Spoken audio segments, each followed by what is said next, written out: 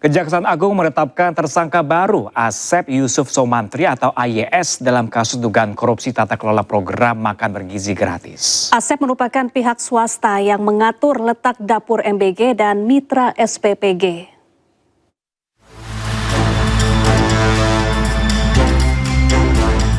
Kejaksaan Agung menetapkan tersangka baru dalam kasus dugaan korupsi tata kelola program makan bergizi gratis. Tersangka baru tersebut Asep Yusuf Somantri atau AYS selaku pihak swasta. Asep merupakan pihak swasta yang diduga diminta Sony selaku Wakil Kepala Badan Gizi Nasional mencari mitra dalam rangka pelaksanaan MBG. Sony diduga memberi akses kepada Asep untuk melakukan intervensi kepada tim verifikator mitra MBG. Sehingga Sony mengetahui titik dapur yang kosong dan membatalkan status calon SPPG yang semula telah disetujui di portal mitra MBG. Asep diduga memberikan sejumlah uang kepada Sony. Bahwa setelah melakukan pengaturan titik SPPG tersebut, saudara AYS secara melawan hukum memberikan sejumlah uang ya, kepada tersangka SS. Bahwa tersangka melanggar pasal 12 huruf A, huruf B, Undang-Undang Tipikor dan pasal 605 ayat 2, pasal 606 tentang KUHP, dan terhadap tersangka saat ini dilakukan penahanan selama 20 hari ke depan di Rutan Salemba, Cabang Kejaksaan Negeri Jakarta Selatan. Sebelumnya, Kejagung telah menetapkan 3 orang sebagai tersangka kasus dugaan korupsi tata kelola MBG. Di antaranya adalah mantan Kepala BGN Dadan Hindayana, mantan Wakil Kepala BGN Sony Sonjaya, dan mantan Wakil Kepala BGN Lodwig Pusung. Dari Jakarta, tim liputan iNews melaporkan.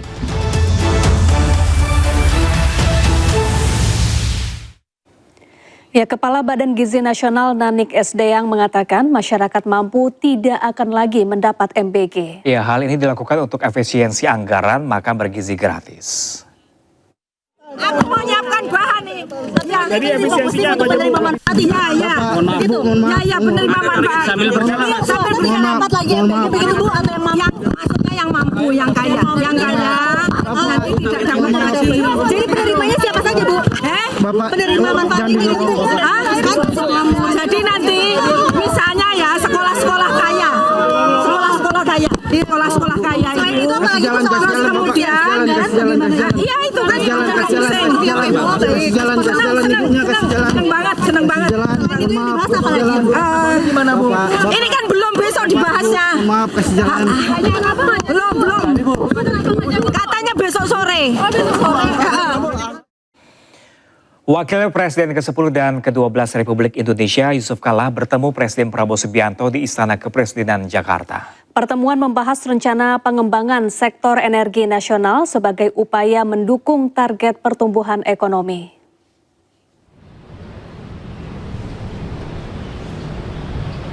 Usai bertemu Presiden Prabowo, Yusuf Kala yang didampingi putranya Solihin Kala mengatakan pembahasan difokuskan pada upaya memperkuat ketahanan energi nasional menuju swasembada energi. Selain pembangunan pembangkit listrik tenaga air yang telah berjalan, pihaknya juga siap mengembangkan tambahan kapasitas pembangkit, termasuk pembangkit listrik tenaga gas. Di sini aja, Bu.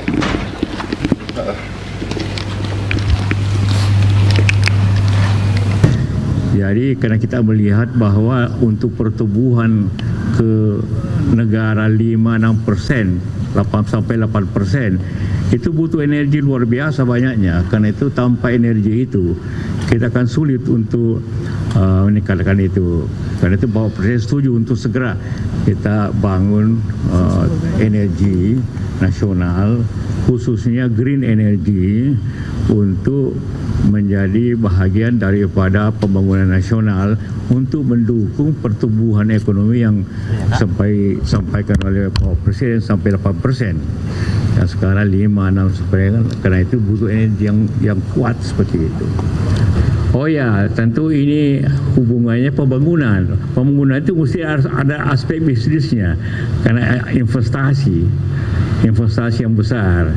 Jadi kita bicara tentang investasi kira-kira 60-70 triliun. Dan kita sanggup melaksanakan itu, desain sudah ada, tempat sudah ada, tinggal pembicaraan dengan Kita beralih ke informasi lain, pemirsa. Gerai Samsat di area Pekan Raya Jakarta 2026 ramai diserbu warga yang melunasi pajak kendaraan bermotor tanpa membayar sanksi denda keterlambatan. Ya, warga bisa membayar pajak sambil berbelanja dan menikmati hiburan di area PRJ hingga akhir Agustus mendatang.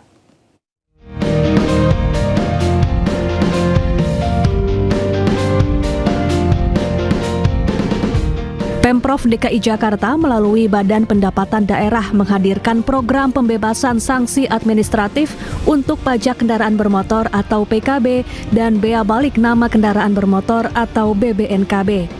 Untuk mengikuti program ini, warga dapat mengunjungi Gerai Samsat di area Pekan Raya Jakarta 2026. Program ini berlangsung mulai 1 Juni hingga 31 Agustus 2026 sehingga masyarakat dapat memanfaatkannya untuk menyelesaikan kewajiban pajak tanpa dikenakan sanksi denda. Tentunya sambil berbelanja dan menikmati ragam hiburan di PRJ. Bapenda DKI Jakarta juga menyediakan berbagai edukasi mengenai pelayanan perpajakan daerah.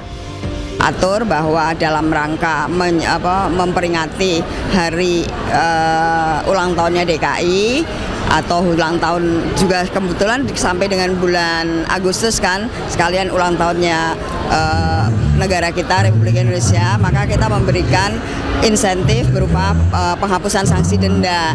Ini untuk memberikan masyarakat untuk bisa memenuhi kewajibannya. Kan banyak nih yang kadang-kadang tunggakannya banyak, mereka kan berat gitu.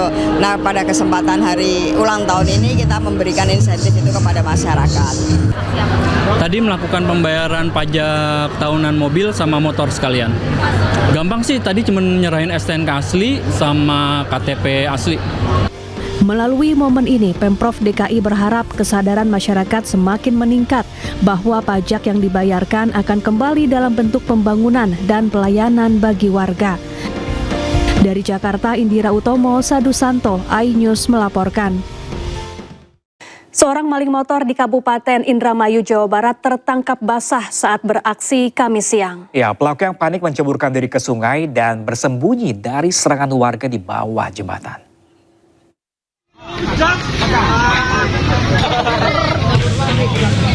Seorang maling motor nekat menceburkan diri ke sungai setelah kepergok mencuri sepeda motor milik warga di Desa Kedokan Agung, Kecamatan Kedokan Bunder, Kabupaten Indramayu, Jawa Barat, Kamis siang.